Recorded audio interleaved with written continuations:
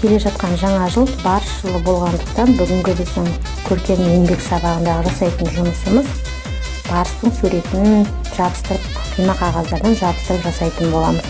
Ол үшін бізге дәл осындай қима қағаздар керек болады.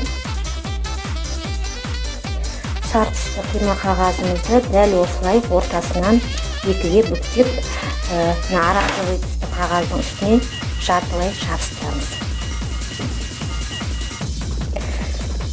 Оранжевый түсті үлкен дөңгелектің үстіне қара дөңгелекті қойып жабыстырып, барыстың құлақтарын желімдейміз.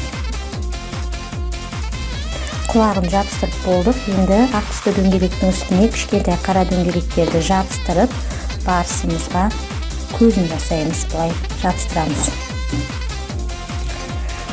Қара түсті үшбұрыш қима қағаздардан барыстың қара жолақтарын жасаймыз.